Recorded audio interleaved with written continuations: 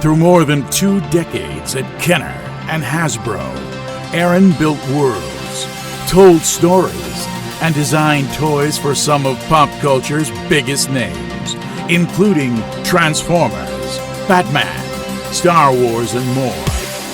Join him as he explores the archives and tells you the stories of the creative process behind your favorite toys. This is the Toy Armada with your host, Aaron Archer.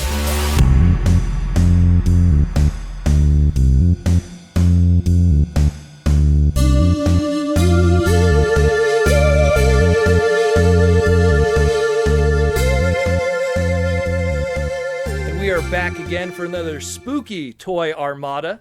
I am your host, Protoman, and I'm back again with the legend himself, Aaron Archer. How you doing, Aaron? Hey, Daniel. How you doing? Everything's good. So we're going to do a little bit of a different one today because Halloween is coming up, and hopefully we'll have this out in time for Halloween. So we're going to focus on some of the more, I guess, horror or horror action. I mean, Jurassic Park's kind of a little bit of both. And we're going to be doing Jurassic Park, like I said, and the Aliens franchise. We're going to go through that with its Kenner and Hasbro history. And but before we do that, we're going to jump back to our Batman segment that we did last time. We talked about the Batman 90s movies and their toy lines. And we had some really good questions that were sent in from people. So the first one we got here comes from Generation Figure or Generation Figu1 on Twitter. And they want to know, I was hoping you could elaborate on the standard Bane figure from the Batman and Robin toy line. His design was right out of the comics at the time with no resemblance to his movie design. I always wondered, was he perhaps a holdover from the Legends of Batman line, which seems heavily influenced from the Nightfall comic book storyline, or was he just an initial concept art that was provided by Warner Brothers? Can't wait for the next episode. All right. Yeah, good question. We didn't get good reference for the Bane movie design. I think that was probably one of the last ones they finished or finalized. So we were left with going off of more traditional comic book 90s reference Bane at the time in order to complete that figure. Pretty much what was available to you at the time. Yeah. So it wasn't a holdover or anything from any previous line, but it was influenced by what was happening in the publishing space with that character at the time. Especially also because now that I think about it, like he wasn't that much in the movie. Yeah. What was available to you was probably very limited. Yeah, and if you really see lit pictures of that outfit, it's just a guy in a big... big jacked dude, yeah. Yeah, big much. Tunic thing, and it's not really that much of a Bane costume. And so we never got around to really making a true Bane figure, movie reference-wise. Alrighty. And the next one we have here, this comes from BTS-TT on Instagram, and he wants to know, it's 1998 and you're in charge of the Batman 5 movie. How do you go about it? Do you reboot it? Or do you continue with the same timeline that Batman and Robin was doing? Who would be your villain or villains this time around? Logically for you. Yeah, from a business standpoint, I would go. Yeah. I remember pitching just internally a concept that maybe could we pitch this to them would be more of a series of things happening in Gotham that Batman was being more of a detective to figure out. And it tended to be Ra's al Ghul was going to be the main villain, but during the detective work, he was going to run into Azrael, and the two of them, So part of the movie in my mind was, is it Azrael the bad guy or is Ra's al Ghul the bad? Like you wouldn't know what was really happening for a bit until he detected it out.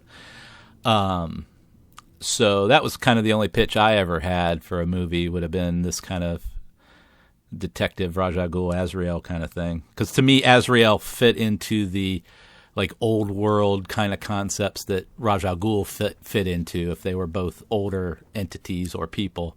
But is this a sequel now to what has been established in this, I guess, timeline at this point, or is this a reboot? Yeah, well, no, I mean, look, I was a low man totem pole designer at the time, so I never had grandeurs of creating to that level. So I would have just assumed whatever the movie they were making, this was the next one. Like, so if they hired a new Batman or the same Batman, it almost didn't matter to me. Because we existed at a time where reboots weren't really a thing yet. So that's kind of, you know. I mean, it was really herky-jerky. I mean, it was really weird to deal with that. I mean, if you think about the tooling and everything, we would have loved to use that Val Kilmer head a lot longer. And then all of a sudden we're, tooling up Clooney heads. And, the way Hasbro had done it, we'd use the same head for a long time. Well, also using Azrael kind of makes sense because he was kind of coming off of those, Nightfall books and being that replacement Batman and kind of being in, the speculator comic book world at the time on the covers of stuff. So it kind of makes sense that he would find his way there at some point in the movie, especially in those late 90s. Again, he says here 1998 when you're doing this. That's probably, It's the kind of makes thing sense. I was thinking of back then. Yeah.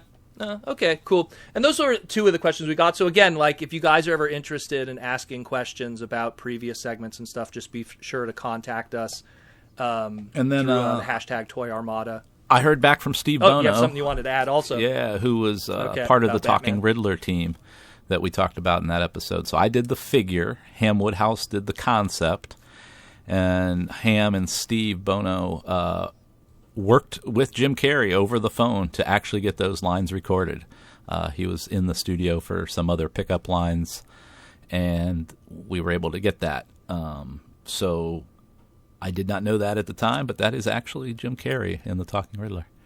And I want to ask people in the audience, because I was trying to figure this out on my own, when was the first ever truly recorded voice box on a toy that was the actual actor of the character? Because I'm thinking like the 2000s, that stuff didn't really happen. I must be missing something, because everything else that I'm falling into, whether it be like voice box Marvel toys, which really they didn't really have voices for most of those characters back then.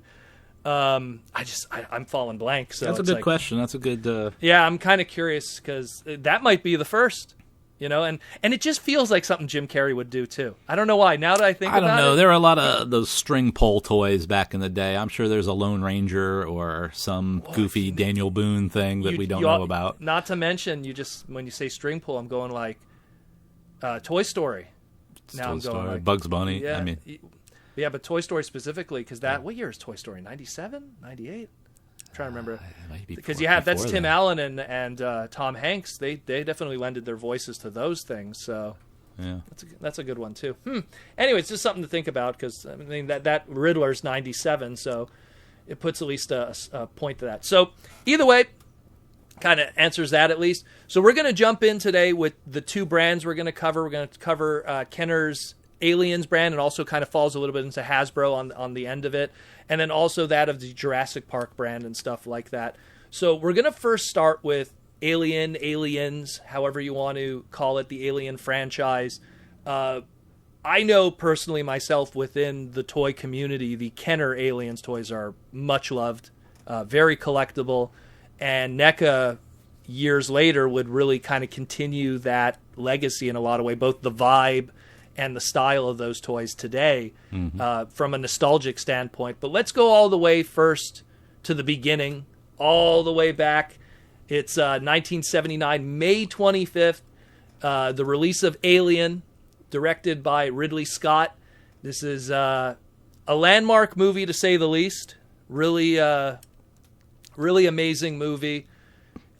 Swiss artist H.R. Geiger was behind the designs of this movie, which really gave it its feel, and it really was one of those first futuristic sci-fi movies that up to that point, including even something like Star Wars to a degree, sci-fi and futuristic kind of depictions of space has always been very clean, very sanitized, and Alien was one of the first movies that really, it was the blue collar, people are smoking, people are drinking, it's kind of messy. It was a plausible future. Yeah, it was a more realistic, lived-in future.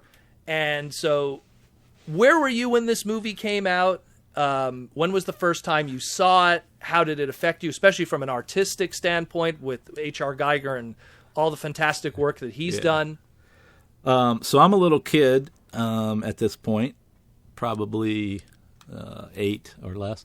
I remember seeing the trailer on a movie review show we had here in the States, Siskel and Ebert. I don't know if you had that and everywhere else. But and I remember that being really, what was that? I had a steady diet of Saturday morning and Friday night monster movies.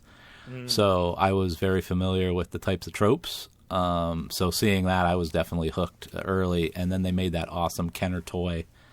Yes. That 14 got even inch. bigger. It's 14 inch, yeah. And I remember wanting that for my entire life, basically. I never did get one. And that was standalone. They never did anything else. Just that one alien, the strangest one-off toy of the era, I think. And so that was always in the back of my mind as a young artist and stuff. And I'm definitely partial to, Jaws and slime and, the kind of Geiger stuff. So I drew that stuff in high school. I was a huge fan of the Aliens movie, the sequel. It's one of those movies I've seen 100 times, literally. Oh, we're going to get into those too, because those are... So that's where I was in the early days of Alien. What's interesting again about that movie was if you kind of watch it in a vacuum, ignoring what we all know today in terms of Ripley being the main character. Ripley's kind of this character you don't see as being the main character when you first watch this movie. She kind of grows into the role within that movie and becomes the main character because, there's all these male characters and there's all these different actors that even had billing over her when you kind of look at movie posters and stuff. Now, obviously, revisionist posters put Sigourney Weaver on the top, but back then it was Tom Skerritt, I think his name was, who was one of the main commanders. He kind of got top billing, and no one really knew where this movie was going to go. Very clever ways of hiding the alien. Might have been more the limitations of film back then. And a lot like Jaws. The less you see of the thing, the more impactful it seemed to have been.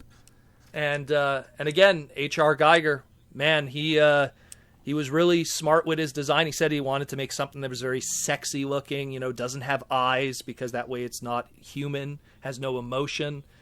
And this movie, on a budget of $11 million, went on to make $106 million. Needless to say, a huge success and did very well for 20th Century Fox. And they would definitely revisit it again, for sure. And of course, it was 1979. We also have Star Wars. We have Star Trek. So it was a big sci-fi boom that was happening in the late 70s. And that just added to that with everything else.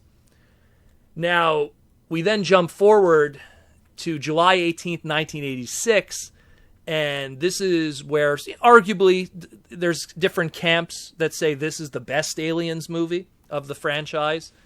But this is now James Cameron is the director. Of course, James Cameron we know for, Terminator and Titanic and everything else afterwards. But this is where he was kind of cutting his teeth early, and he did this movie. And a lot of people really like this one. This was the one that has a lot of the pop culture quotes that a lot of people have. Game over, man, and just so much of that.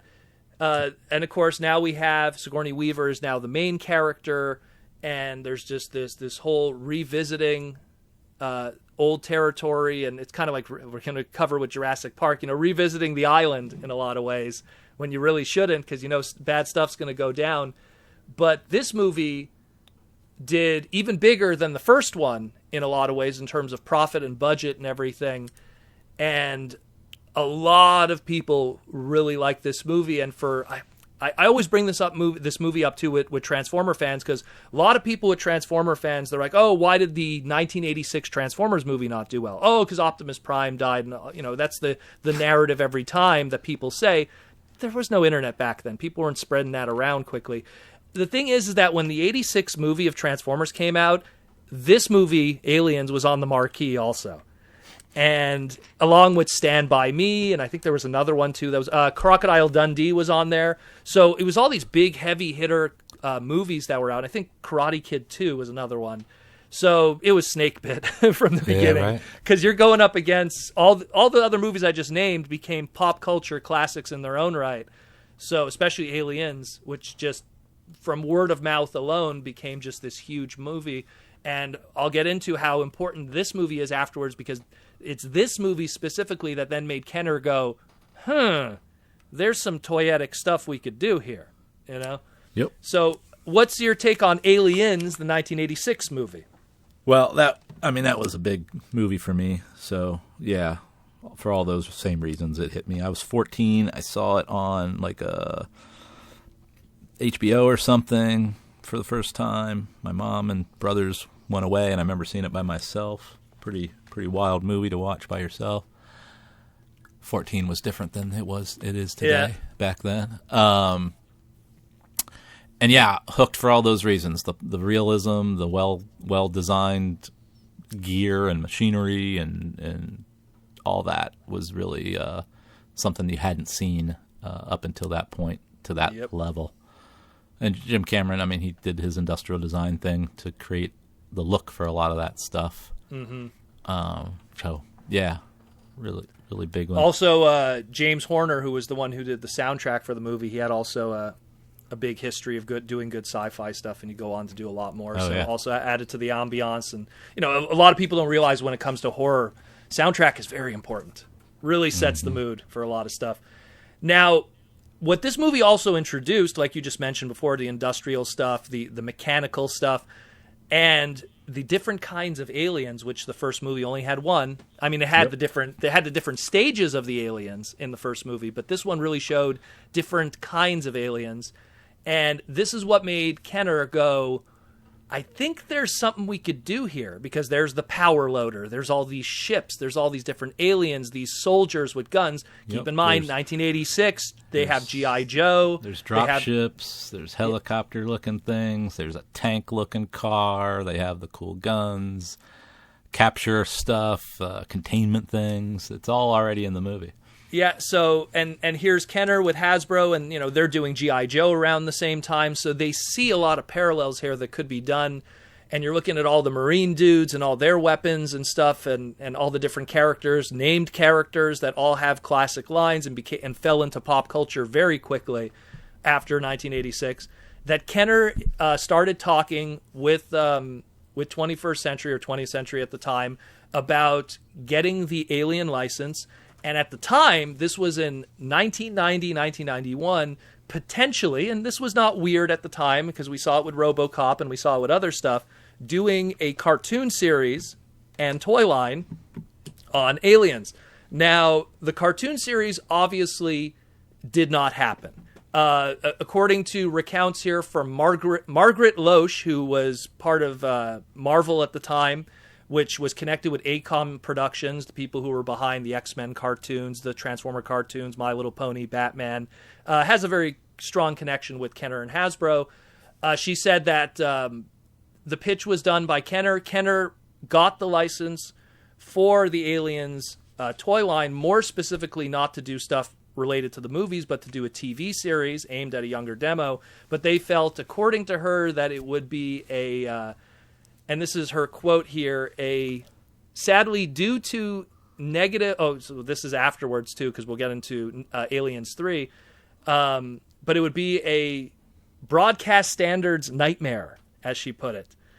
Because the early pitches of how the story would be and explaining how aliens, reproduce and all of that, there was no way to really write around that properly, and there was a lot of different. The gun things and. Yeah, there was it was a lot. Yeah, it was a lot of there. There was a lot of tricks that were done at the time with Margaret Loesch's other series, X-Men and Spider-Man, where they would go around using guns. All of a sudden, police officers are holding laser rifles because somehow that's okay, but a gun isn't. And in the X-Men cartoons, no one ever really punched each other. They kind of just kicked each other or they pushed each other off screen. Wolverine never slashed anyone with his claws unless it was a robot. It's also hard to have the villains not talk. Yeah, it's something. The motivation explanation that's probably not a good kids show either. Yeah, And so on top of also there was they did test audiences with Aliens 3, which also received negative reception, led to Kenner going, okay, maybe we shouldn't push ACOM to do this cartoon, but we still have this license. Let's do something with that. And that's one of the biggest misconceptions that a lot of people have, is that these Aliens toy lines that came out by Kenner, especially the early first wave, were not stuff based on the movie. It's just pure happenstance that a lot of those same characters appeared in both of them. But it was actually the early designs and planning of an Alien TV series cartoon. And that's why there's some characters that just never appeared in the movie, but there's action figures of them here. So now, you weren't around at the time in Kenner, but do you have any memories of that early Aliens toy line? Yeah, no, it was impressive. It was a good blister card, and yes. Bubble design, both moody and colorful somehow, which is pretty hard to do. I had the exploding alien, and I had the power loader. The power loader. I was in college, and I had these things. So, early toy guy here, I guess. Yeah, well, that's how it is. And I remember it being pretty cool. And then I went to a convention with a friend of mine that had gotten a job at Kenner, and he had showed me some Predator stuff that they were doing, and that was pretty cool. And that's what I remember about the early days of that, while I was still in college and while it was still an active early days toy line. When I interviewed in '94, the Aliens Predator line was still active, and I was being considered for that team. And by the time I did my interview and got a job offer, the gig was up on Aliens and Predator, and that's how I ended up on Batman when I first came in. So just to touch on quickly, because we didn't really have that in the timeline. So the Aliens versus Predator concept, how that all came up was there was Dark Horse Comics, a comic book company, was doing their crossover stuff. Go ahead. There was two internal people I think of design-wise, Kevin Maurer and Tyrone Keyes, did a lot of that Alien and Predator design work. They were industrial design concept guys and did really cool, crazy art, and created all those, the bull alien and all that stuff. So that was a lot of that was all done in-house. Mm-hmm. And then there was a sculptor named Larry Elig who was really good at that kind of monster stuff. He did a lot of the monster things at Hasbro Kenner, Congo and all that kind of stuff. He did those aliens, those early aliens.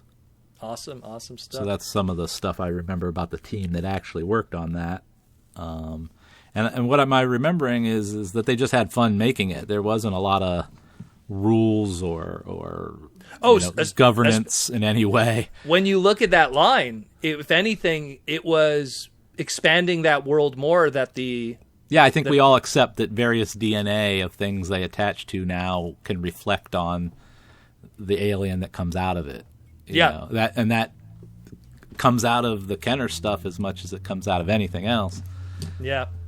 Well, especially considering that Kenner was putting together this line with those unique designs in 92, 93, and then when we jump to also in May 22nd, 1992, we have the Aliens 3 movie. Yeah. Now the Aliens 3 movie, again, it's probably one of the least popular of the trilogy with a lot of people. It did bring in new ideas. It kind of really started that brand new idea of, well, if an alien impregnates something else that isn't human, like a dog in this case, it takes on that kind of characteristic. And that, of course, influenced the toy line afterwards with, like you mentioned, the bull alien, and there was the gorilla alien and so many others, which is, again, a unique element, and it leads to more ideas and toyetic stuff that could be done with it from a design standpoint, a silhouette. So this movie came out. Again, it didn't test well, so that's also what led to the TV series not happening. But it still was financially successful. The director this time around, it wasn't James Cameron, it was David Fincher. David Fincher, he was doing his directing debut with this movie. Of course, he would go on to do the movie Fight Club, which would probably be his biggest claim to fame in terms of big pop culture movies that still resonate today. And again, the movie, $50 million budget, obviously a lot more than the previous two. Again, Alien really had a lot of momentum, so 20th Century gave them a lot more money this time around, but really only made $159 million. Still, it's still in the green, but not as much as they had hoped, considering the fact that it had 3 times the budget as the second movie, but only made, slightly less than the second movie also. So it didn't work out as well. And as a result of that, from that movie from 1992, and it performing kind of they kind of decided to wait a little bit before they do something with the next Aliens movie. And that's where we then get into Aliens Resurrection in November 26th of 1997. Now, before we get into the toys, what do you know of this? Because now you're working on the toys for this movie. But before we're talking about the toys, what do you know of the movie about this? Well, what I will say, going all the way back, historically, Kenner had a very good relationship with 20th Century Fox. So if you think about Star Wars and Alien, It's true. Going back to the 70s, they were always, we were friendly. So we were always getting pitched things or pitching them things, which then they also had the Planet of the Apes license, right? Oh, yeah, we're going to get into that, of course, yeah. So that was always like That's a part of the constant story drumbeat of co-development with them. So when the Aliens thing came up, it just was a natural kind of opportunity also. So we were always cozy with them. So that also helps this whole process. So how do you get pulled onto this one here? Because just before we get into it, so all the stuff that we talked about, Aliens before, was done by Kenner. This time around for Alien Resurrection, they're going to be doing stuff with a brand new sub-series that Hasbro has created called the Hasbro Signature Series, which was, according to what I read online here, because I've seen these many times. I used to see these all the time at toy conventions and stuff, but I never knew the history. It's like, what is this holographic sticker? What does this mean? So according to what I've read online, it was a high-end collector series that started in 97, and it used stuff like Planet of the Apes, Star Wars, Marvel, and it ended in 2008 with their last release being the horror movie Monster from Cloverfield, was the very last Hasbro Signature Series. But tell me, what do you know of this Hasbro Signature Series, which was used for Alien here? Yeah, I think it was also on those like sculptures Kenner did. Yeah, I was going to mention how they had a version of it, and that's where it came from. So they did those high-end Darth Vader, Jurassic Park, Velociraptor statues, and that started this kind of idea at Kenner that you could do higher-end stuff. That's what it's as perceived as, at least from the websites I was reading. It was more, because we're talking 97 now. So now like action figures have a collector market, adult collector market now. Exactly. So we've talked that in the past couple of times now that there wasn't really a collector mentality within the building, right? We made toys for kids, and wherever they got sold, a sale was good. Who they got sold to wasn't the priority. We just assumed it was moms and kids telling their moms. This is when we start getting into the real effect of McFarlane. That is in my liner, literally my notes here. So what he gave permission for the bigger companies to do is cast a wider net in who they look to and talk to, and then maybe the types of products they develop. So everyone thinks that the toy industry changed because McFarlane, the collector world of toys and how they got marketed to from the big companies definitely changed because of McFarlane. Mm-hmm. So Alien Resurrection is a product line in the same mentality of that kind of world that he created. Let's do higher end sculpting. In our case, let's put it in a more prestigious or not so much blister card kind of package. Let's do a little bit more detail work and make it prestigious looking with the sticker and the stuff like that. And that was the mentality. So let's do a higher end quality item. Comes in a fancy box, has a holographic sticker, makes it feel like a more premium item, especially for the 90s. Hologram equals right away premium. And it's a big square box. So that was that mentality. It was not going to be a kid's toy line. We knew that. And so how did it come to me was that I actually worked with a different marketer on a different floor with this one because I think she was the one who started the Signature Series stuff. So when this came into the line, I don't know where we were in development of a Batman movie. That is one thing I wanted to confirm with you because from what I could find online, they say it started in 97, the Signature Series. So if you look at my...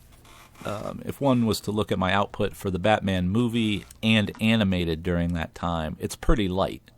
Mm-hmm. It's because I was doing things like the Alien Resurrection line. Okay, interesting.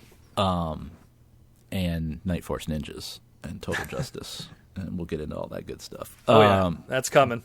But I got designated because, again, I'm the illustrator guy. I'm the guy that likes to draw noodly little drawings for sculpt inputs and things.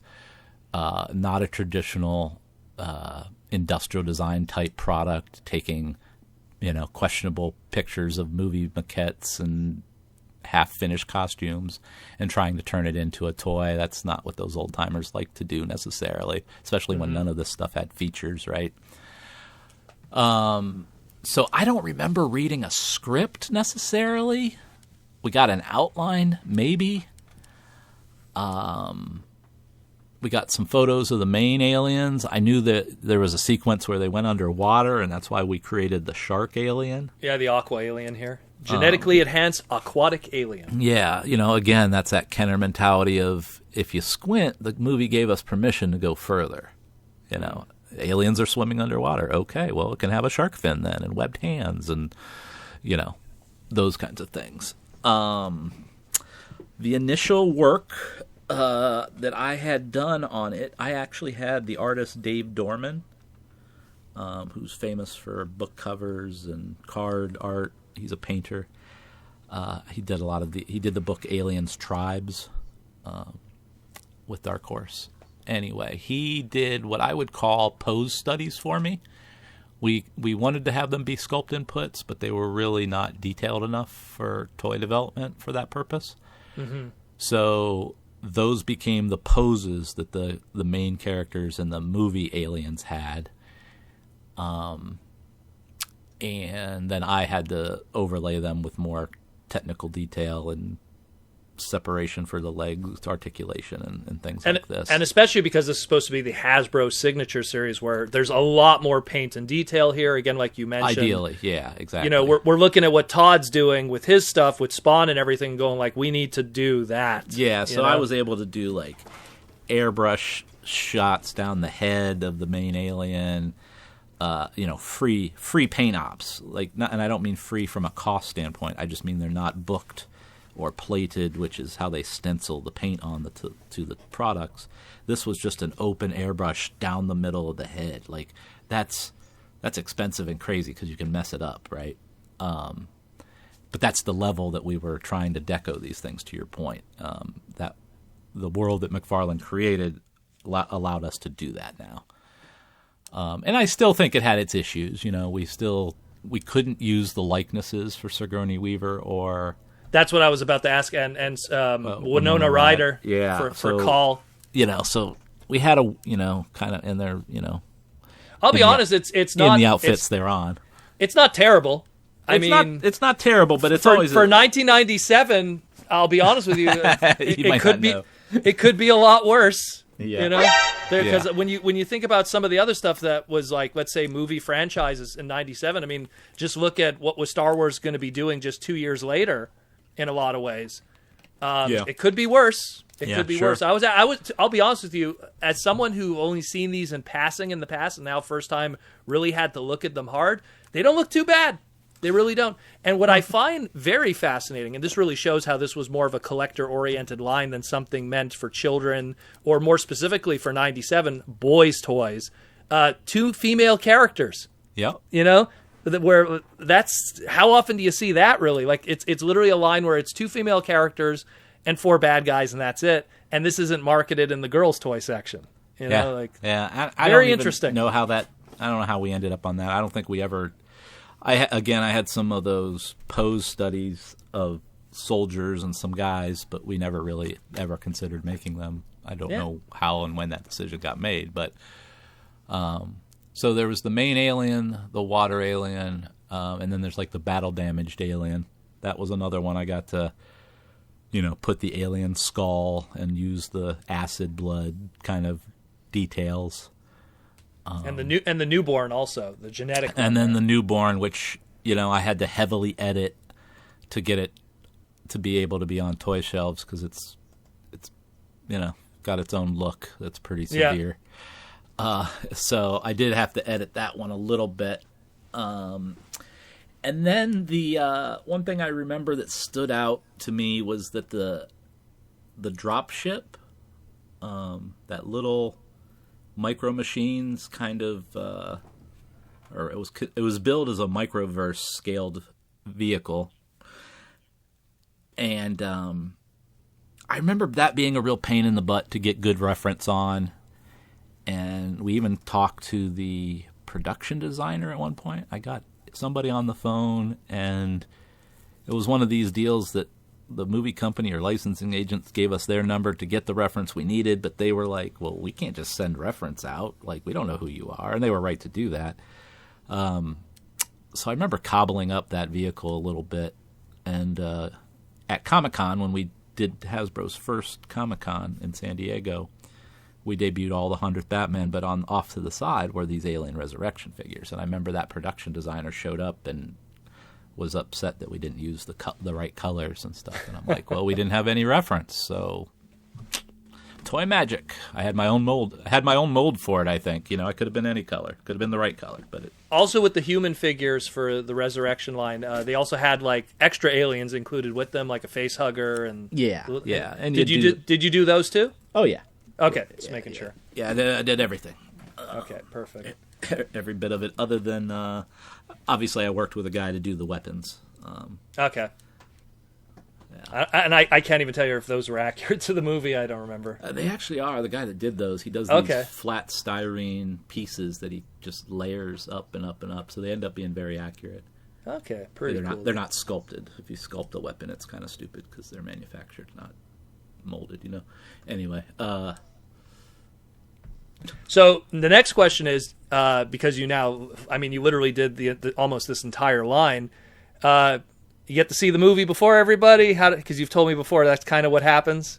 Yeah, this one we did not. Really? Okay. Given the nature of the,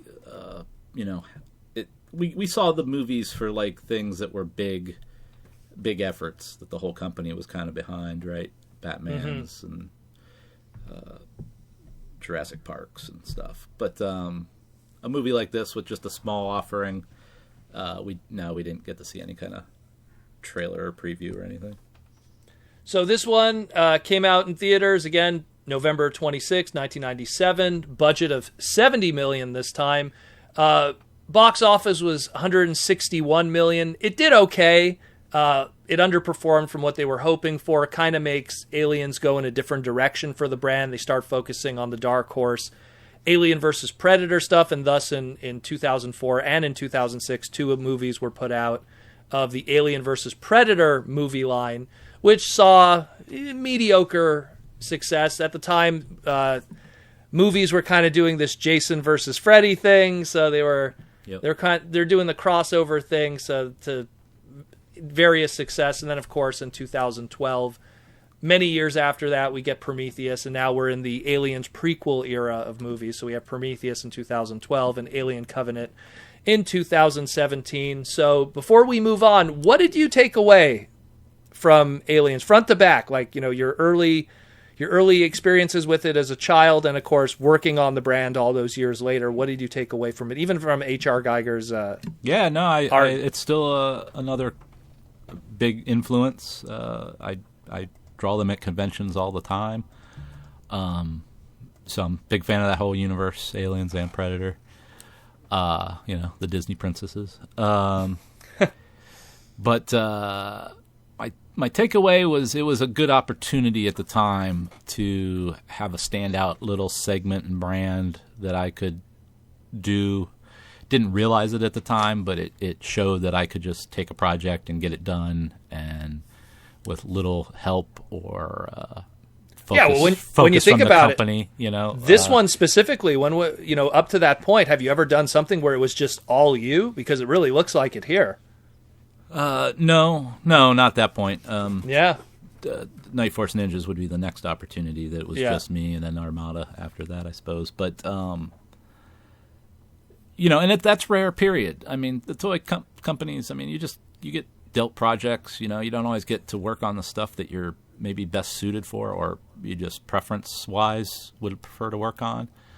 It was a delight to be able to do these kinds of projects, and to do it alone, was kind of cool too, I guess. Again, these weren't the type of projects most of the old school Kenner people thought were good projects in a way. So again, I inherited stuff that people didn't want that actually was very beneficial to me. And that would be the case with the 100th Batman and some other things that we'll talk about down the road. Oh, yeah, for sure.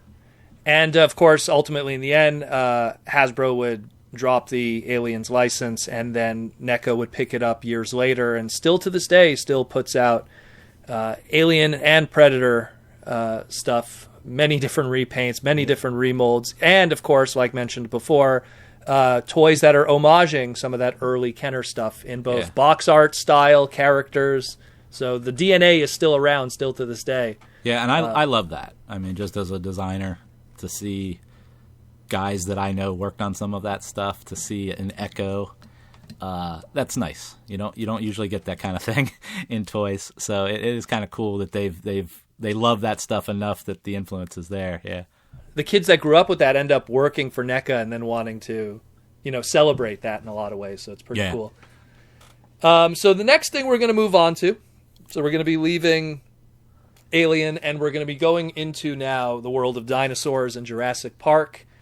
Another film franchise that really, when it came out, steered the direction of a lot of things. I mean, another one where I can't emphasize enough, like after Jurassic Park in 1993 came out, how so many different other brands, including Transformers and many others, all of a sudden started focusing on dinosaurs just because of, and dinosaurs are always cool. It goes all the way back to even something like Godzilla, something like, a big reptile has always been a cool thing. But here comes Steven Spielberg, taking this book done by Michael Crichton, adapts it into this 1993 movie, which debuted to insane success. I mean, where were you when this started? Like, where were you? So Jurassic Park 93, where are you? Yeah, I'm in college. I read the book the week before the movie came out. Interesting, okay. Yeah, and I saw it down in Florida. Yeah, it was pretty cool, impactful, obviously. I wouldn't say that I'm a huge dinosaur guy, but the whole thing was billed. Spielberg was involved. The dinosaur thing was involved. DNA, which was kind of also... DNA, which was a new thing. That was a big deal then. And and another thing, too, I forgot to mention, the use of CG, where it was not just kind of a, uncanny valley, take you out of it kind of gimmick to something that was believable on the screen. Absolutely. Especially like that first T-Rex, almost goes without say at this point, but yeah, totally impactful, totally groundbreaking, and made those, things come to life in new ways, right? Exactly. So at that time, again, Hasbro and Kenner, they have the license. They're doing Jurassic Park stuff, and Lost World, the second movie comes out. It's called Lost World Jurassic Park, 1997. Not Spielberg. Excuse me. Spielberg is back on this one, but it's, taking pieces of Michael Crichton's book here and there, kind of mixing it around. Some stuff that was going to be used for the second movie ended up in the third movie.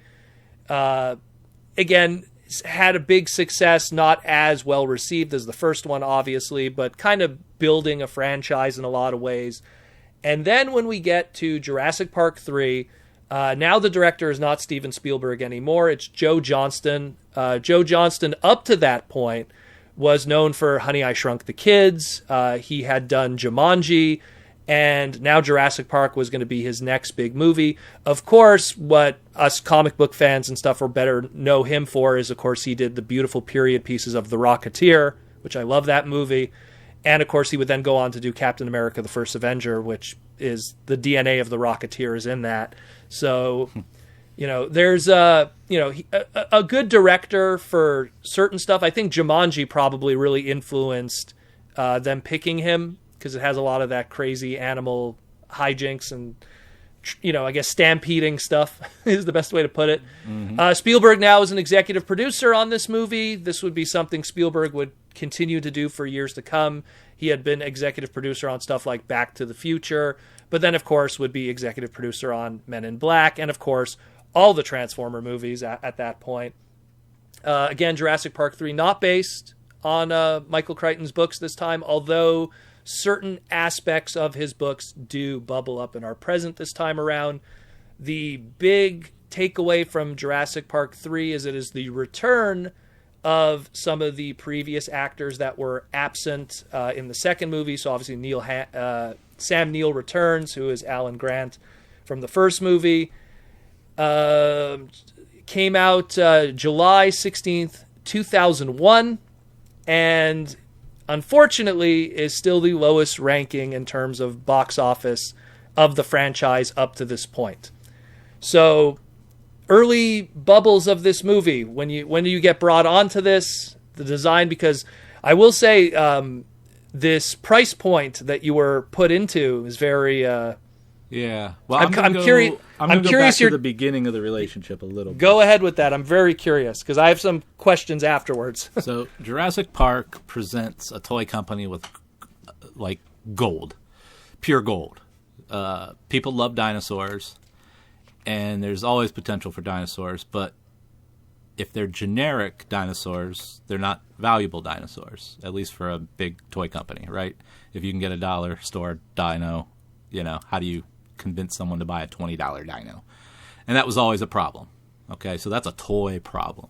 So Jurassic Park solves that problem by making licensed or story-driven, I guess is the right way to say it, characters, and so that the dinosaurs have meaning. They're not just representational of some past era on our planet.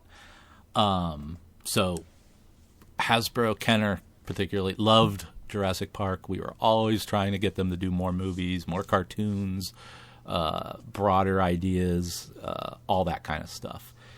Endless pitches on Jurassic Park, it seemed, because there was so much potential there. And if you think of the dinos that we made, they had the JP. Yeah, I was going to mention how much like how Transformers existed in a world where there's all these other robot toys, how do we put a stamp on ours that makes it unique, that This is our brand? How do you take the, like you mentioned, dollar store dinos? What makes our T-Rex different from that one? JP logo on literally everything. Yep.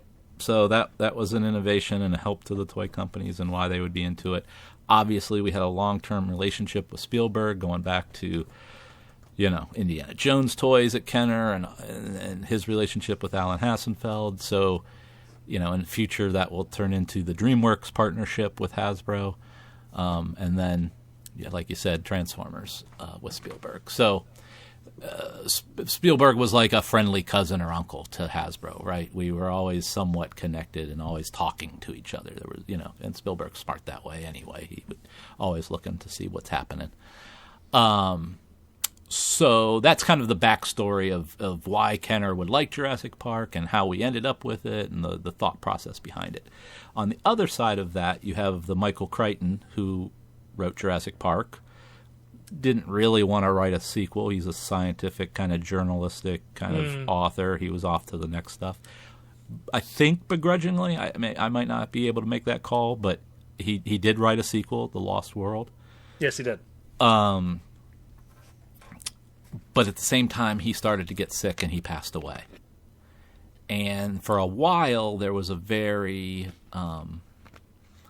respectful distance taken, I guess, that this was the man's work and he really didn't want it messed around with and might not be open to, a broadening, whether that be video games or toys and other entertainment.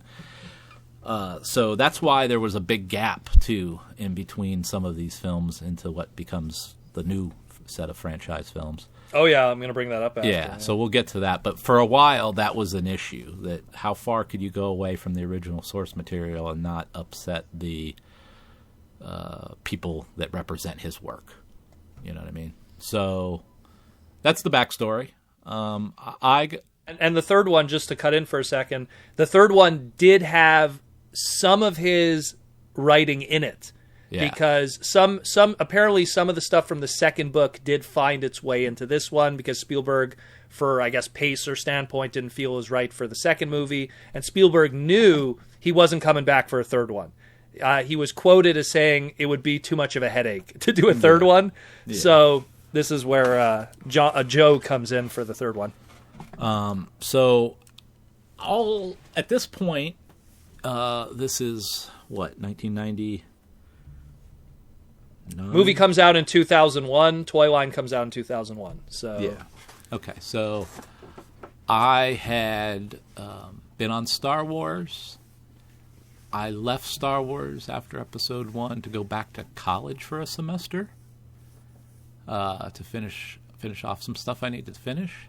And I came back and I was put on a team called the Special Projects team, which was about 4 or 5 designers who could be kind of flexed around to other groups and or take on project that other groups needed done in a more efficient skill set way. Mm-hmm. That is to say, one of the examples would be there was a show called NASCAR Racers that we were part of, and that they needed drivers for the race cars. Well, the team that worked on that was like a vehicles team. They were really good at vehicles.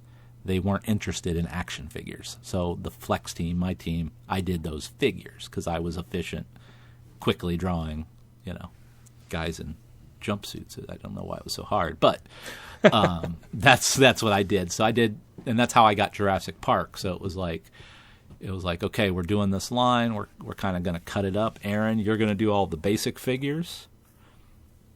Another guy was going to do the vehicles with figure, and another guy did the big play set, and then other people did the big dinosaurs. So I only did... so that's how I ended up getting that assignment. I was never on a Jurassic Park team. That's why you probably never heard me talk about it. I was just, quote-unquote, a jobber to get that work done within the Hasbro system. So I did a bunch of sculpt inputs, set the scale.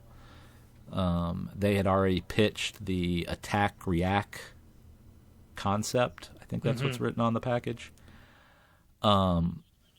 Yeah, which is what they pitched was in the package you'll have the figure standing next to the smaller dino that has in some way been some sort of combat or attack, right?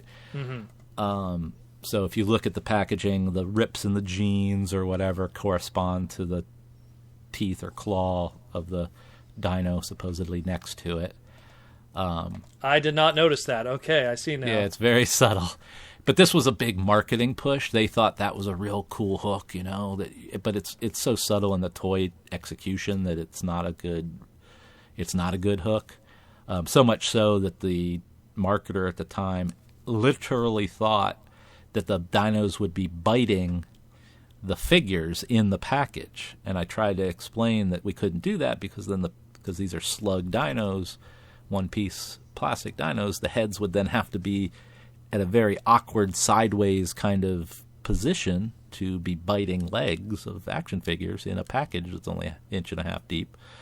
And then you would get those dinos out, and they'd all look like they had broken necks, right? Mm-hmm. I could not get that marketer to understand what I was talking about. I thought it was the craziest discussion I probably had at Hasbro. But also from a price point standpoint, because you're like, okay, I got to get this. I'm going to assume it's a 5-point of articulation figure in here, and you have your budget for the figure itself, for its accessories, but the size of these dinos. Mm-hmm. I mean, unless we're just between you and me, these are all babies, or something. Well, but, yeah. I mean, there's one that comes with a T-Rex here, and it's yeah, no, they were not ever meant to be substitutes for the big dinos, but we wanted to offer dino everywhere. Yeah, that's what I imagined. So we made sense of it. I don't know if it was supposed to be babies or what. It's also kind of falls into that era that there's a lot of micro stuff being made, I guess so they kind of they could be their own collection, and those things have been redecoed 1,000 times. I could imagine. I have Jurassic Park fans. Jurassic Park fans, unlike the Transformer and G.I. Joe and He-Man fans, they don't know who made any of this stuff. They don't have anybody to talk to. So a couple of them have found me, and I've done some interviews, and they're like, do you know how many redecos of all these are? Because we're trying to track them all down. And I'm like, I have no idea. That stuff would get recolored at a drop of a hat. I imagine. Well, you said they're slugs, so they're easy to recolor too. Yeah, it's easy to manufacture, easy to reprint. They were all in their own molds, so they were able to be put with other stuff and all ganged together in 4-packs and different things I've seen.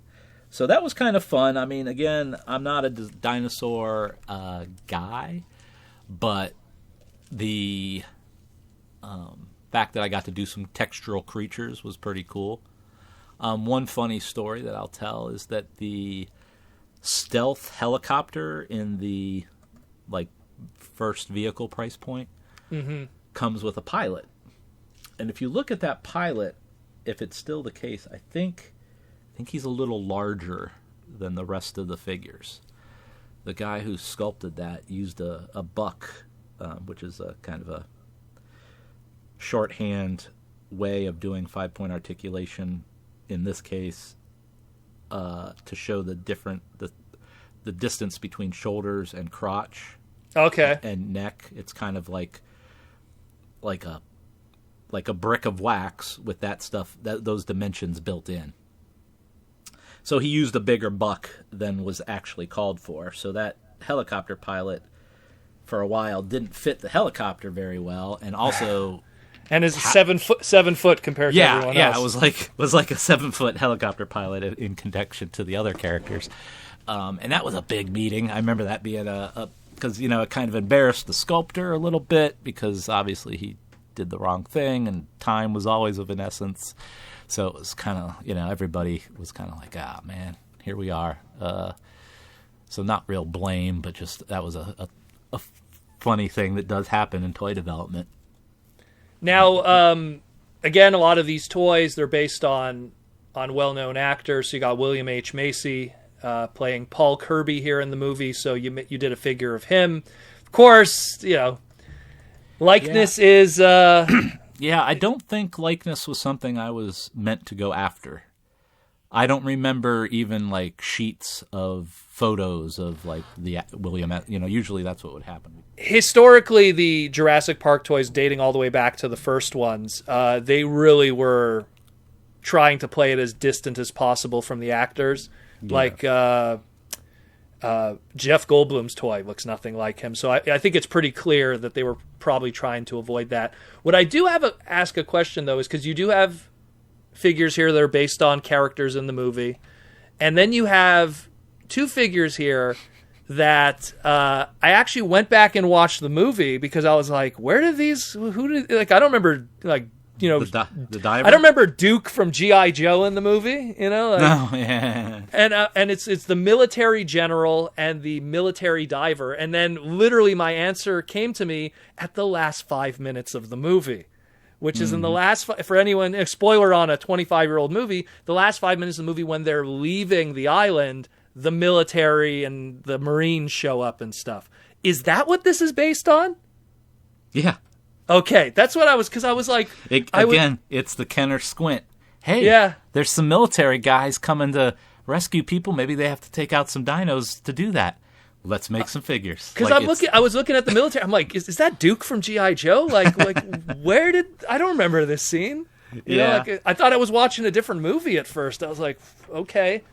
So that's what. So it's interesting to have like two figures. What was this? It was 7-figure line. 1, 2, 3, 4, 5, 6, 7, 8-figure line, and 2 of them were stuff that came from literally the last 5 minutes. Very interesting. But another thing I want to comment on too is also the packaging design. The focus on going with the Spinosaurus Rex for both the logo and the face of the brand. At least for that time, it would obviously revert back to the T-Rex again. But interesting that they went in another direction, like they were trying to, like, this is the new hotness, you know, forget the T-Rex, it's the Spinosaurus, you know. Well, I mean, they definitely were pushing that. Yep. Yeah. But so again, same story here. Did you get to see this one in theaters? Did they have some private screening? What up with that? I think I was out of town when they had a screening. Okay. Is what I think happened. Did you ever see it? I'm not really sure. And then again, I think I had, yeah. Okay. I mean, back then, though, I'm not sure I could give you the salient details today. But,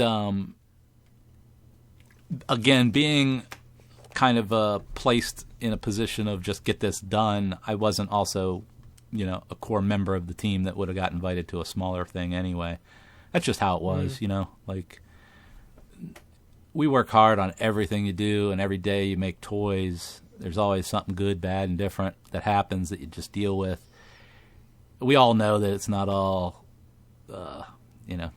It's not all parties. Not every toy is fun. I mean, I had friends that worked on a shark's tail, you know, Green Hornet presentations. Sometimes it's a job. You know, Water World, you know, Congo, you know, even Superman. You know, there's some lines out there that are just tough. They're not fun. I mean, they're more difficult to navigate, and so anyway, I don't know where I was going with that. I can totally see what you're getting at. There's so many times people have asked me, they're like, "How do I get into Hasbro?" And then, "How do I get into Hasbro into Transformers?" And I'm like, "Buddy, they're going to throw you on Play-Doh for 2 years, for all you know." You know, like, yeah. I mean, I will tell everybody listening, my experience. I lived a charmed life at Hasbro, working on Batman, Star Wars, you know, Aliens, Transformers, G.I. Joe.